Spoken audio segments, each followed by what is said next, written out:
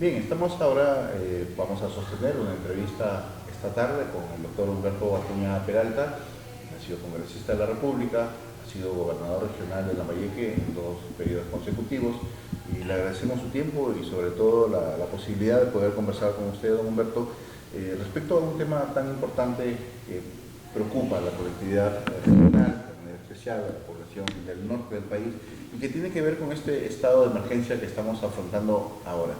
Don Humberto, buenas tardes. ¿Qué comentario le merece toda esta situación que por ahora convulsiona la región Lambayeque a propósito de esta emergencia nivel 5? Que ha faltado planificación, ha faltado organización. Cuando se dio el fenómeno en 2017, primero que nos encontró preparados con las motobombas y que ellos también lo han tenido, pero no le han dado mantenimiento, no se preocuparon por ver si tienen aceite o tienen baterías. No hicieron nada. Después de 8 días de venir las lluvias, recién se dieron cuenta que tenían las motobombas. Y te digo, ¿por qué planificación? Porque nosotros hablamos con el ejército que el general asuma el liderazgo del manejo de las motobombas y de evacuación de las aguas. Y nosotros ¿qué hicimos? Darle todo lo que ellos querían: combustible, camionetas, alimentación. Y ellos dividieron a Chiclayo en 4 partes, pusieron un coronel en cada uno de estos lugares, y la motobomba lo movilizaban, ni bien terminaba de evacuar un lugar, lo evacuaban a otro lugar, sí, y la motobomba estaba prendida a las 24 horas del día, y eso no hemos visto el día de hoy. O sea, es importante la planificación. Y ha habido, digamos, una falta de capacidad de respuesta frente a esta emergencia. Inimaginable, ¿no es cierto? Inimaginable, porque digo, nunca se organizaron, nunca hubo un orden, y lo que vemos nosotros era más que todo conflictos, peleas, discusiones. Claro. Cuando tú en emergencia tienes que mantener la paz, la cordura y la conciliación y el diálogo. Claro, y justamente hacia esa anterior respuesta iba mi siguiente pregunta, es porque, por ejemplo, en los últimos días hemos estado de alguna manera tratando de responsabilizar a tal o cual entidad respecto a la carencia de maquinaria. Por ejemplo, hemos visto a la presidenta cuestionando la falta de maquinaria, aquí propiamente el gobernador regional calificando de bien mentiroso al ministro de Defensa, Jorge Chávez, y situaciones como esas que finalmente no conducen a una solución. Y no conducen porque ellos tienen herramienta. Y la norma, ninguna norma viene con recursos. La norma siempre te da la oportunidad de hacer las modificaciones presupuestarias. Esa norma que permite esta modificación presupuestaria, ¿cuándo fue, digamos, aprobada y desde cuándo es que los gobernadores tienen, digamos, esta capacidad para poder tener cantidad? La norma está a años, no es nueva, está a años. Incluso cuando las emergencias son ya muy graves, tú puedes ubicar hasta el 10% de tu presupuesto, de total de tu presupuesto. Ya. El gobierno regional ha podido utilizar hasta 90 millones de soles de su presupuesto. Bien. Para alquilar maquinaria, alquilar motobombas, comprar motobombas, reparar maquinaria y comprar la ayuda humanitaria que sea necesaria. Usted nos ha referido de que cuando han tenido una emergencia anterior han sabido, digamos, de alguna manera hacerle frente. Pero previo a eso, ¿qué hizo, por ejemplo, cuando usted ha sido gobernador? ¿Qué ha hecho para poder llegar a ese estado? ¿Cómo es que se preparó desde su gobierno para poder, digamos, tener las herramientas necesarias y afrontar una posibilidad? Mira, primero que sabíamos que se venía un fenómeno del Niño.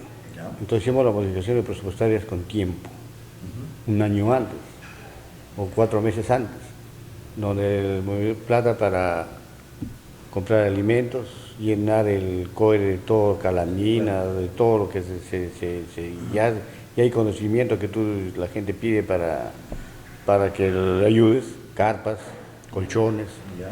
alimentos, compramos las motobombas, compramos hasta grupo de electrógenos, pensando en que iba a haber una caída de alta tensión y ese grupo de electrógeno iba a servir para los hospitales, para los centros de salud. Claro. ¿No es cierto? Hicimos incluso defensas ribereñas. Hicimos la defensa ribereña de Reque, 14 millones de soles, que el día de hoy ya he visto que ya no se inunda Monsefú ni Ciudadete. Entonces, y lo importante, como te digo, es cuando se dio el fenómeno del Niño, hablamos con las Fuerzas Armadas que ellos sean los que lideren. O sea, no nos interesaba a nosotros tomarnos una foto, ni ir a repartir una calamina. Y tú nunca has visto que yo haya tomado otra foto repartiendo una calamina o cargando una caja fingiendo que estoy haciendo grandes esfuerzos. Ahora, pero... Sino que le dimos liderazgo a las Fuerzas Armadas. Porque, ¿cuál fue la idea? Si tú estás esperanzado en los trabajadores de Excel, ellos trabajan hasta las 4 de la tarde. Claro. Dice van a ver a su casa.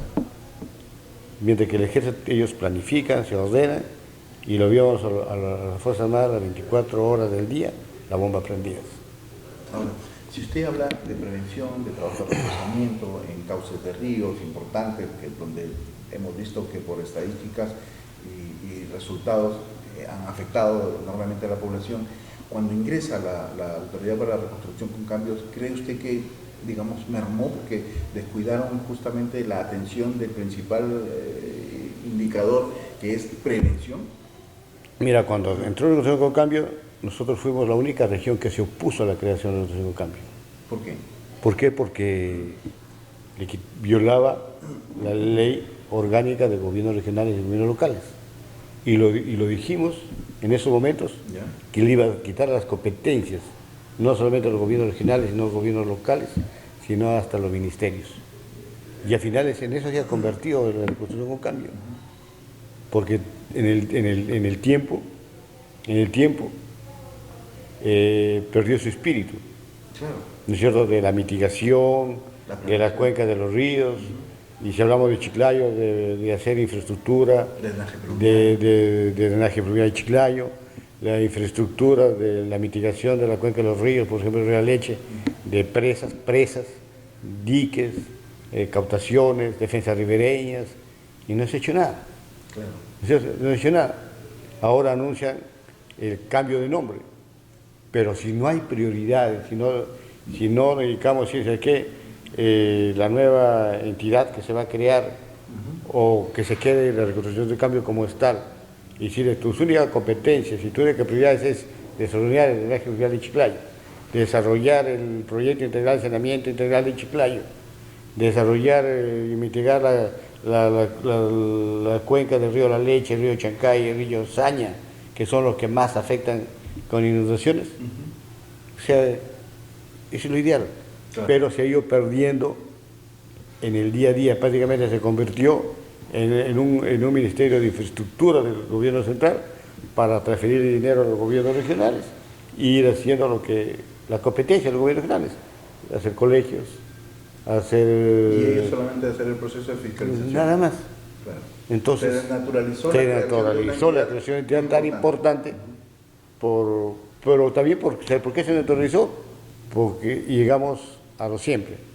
Nombraron a una persona como Pablo de la Flor, que venía de la empresa privada, pero que nunca había estado en la administración pública. Claro. Que al final, ¿por quién fue criticado?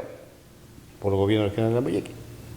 Claro, sí, ¿Y por quién promovió su salida de Pablo de la Flor? Lo promovimos desde el gobierno regional de Lambayeque. Porque ahí nomás nosotros lo que decíamos entender, que la Reconstrucción con Cambio no estaba funcionando como para lo que fue creado. Ahora, frente a estas cifras de afectación, digamos, donde hablamos de una gran cantidad de daños en materia económica, de personas damnificadas, la asignación de recursos, que también es importante, desde Lambayeque, ¿cree usted, hay capital para poder afrontar una emergencia de esta naturaleza, o sencillamente vamos a continuar, digamos, con el mismo método de ir a tocarle y a reclamar al Ejecutivo para que atienda esta emergencia? El día de hoy el gobierno general lo que más tiene son recursos. ¿Cuánto? Tiene aproximadamente casi 600 millones de soles para inversión, producto de una ley que fue impulsado por mi persona cuando era presidente de la Comisión de Presupuestos, la ley FONCOT, ¿no es cierto? Y que en los próximos años, si se mejora la recaudación del IGB en el país, pueden llegar a 1.000 millones de soles al 2025, 2026. Entonces, lo que más tiene el día de hoy el gobierno regional son recursos, o sea, no es por recursos. Por eso que siempre le he dicho y le he criticado, ¿no es cierto?, que lo que preocupa es la inacción del gobernador. ¿Y estos 600 millones que se tienen en caja pudieron haber servido para atender esta emergencia? Por supuesto que sí. ¿Fácilmente? Fácilmente. Y estos recursos, porque nos preguntamos de dónde fueron obtenidos, que le permiten ahora a Lambayeque tener poder respirar tranquilo, pero que no lo hace por esa falta de capacidad de gestión. El FONCOR es el Fondo de Compensación Regional de todos los gobiernos regionales, que antes se alimentaba de la venta de la privatización de las empresas del Estado, que eso ya no se da, y se alimentaba de otras fuentes. Entonces, nosotros encontramos un proyecto de ley que promovía el 1% del IGB para el FONCOR, para ir regularizando, ¿no es cierto? Porque se alimentaba de otras fuentes, ya no hay ventas de la producción del Estado. Entonces nosotros, como somos y apostamos por la verdadera descentralización del país, y sabemos que la descentralización del país no se va a dar mientras no haya una verdadera descentralización fiscal, apostamos que sea el 2%. ¿Y el 2% qué significa? Si el FONCOR antes tenía un fondo de 600 millones de soles para todos los gobiernos regionales, el 2% significaba 7.000 millones de soles. ¿No es cierto? Que fuimos criticados por muchos, porque decían que para qué le va a dar plata a los gobiernos regionales porque está la corrupción. Y nosotros decíamos, pero en algún momento va a llegar gente honesta, gente transparente, y va a tener los recursos para desarrollar su región. Como para en este caso. Como para en este caso. ¿No es cierto? Entonces, creemos que la ley de FONCOR, que se aprobó por unanimidad o por mayoría en el Congreso, del 2%, el día de hoy es la ley más importante de los últimos 40 años del país, porque le está dando los recursos que tanto ha sido la ocupación de los gobiernos regionales. Mira, cuando nosotros empezamos la región en 2010, empezamos con 56 millones de PIA. Ya, por supuesto. Y lo dejamos con 240 millones. Fuimos la única región en el país que mejoramos su PIA de 56 a 240 millones. Ninguna otra región ha conseguido esa mejora. Y encima, como presidente de la Comisión de Presupuesto, hemos logrado aprobar la ley de FONCOR, que el gobierno regional de Lambayeque va a tener más de 700 y puede llegar hasta 1.000 millones en 2026, y que no solamente el gobierno regional de Lambayeque, sino todos los gobiernos regionales del país.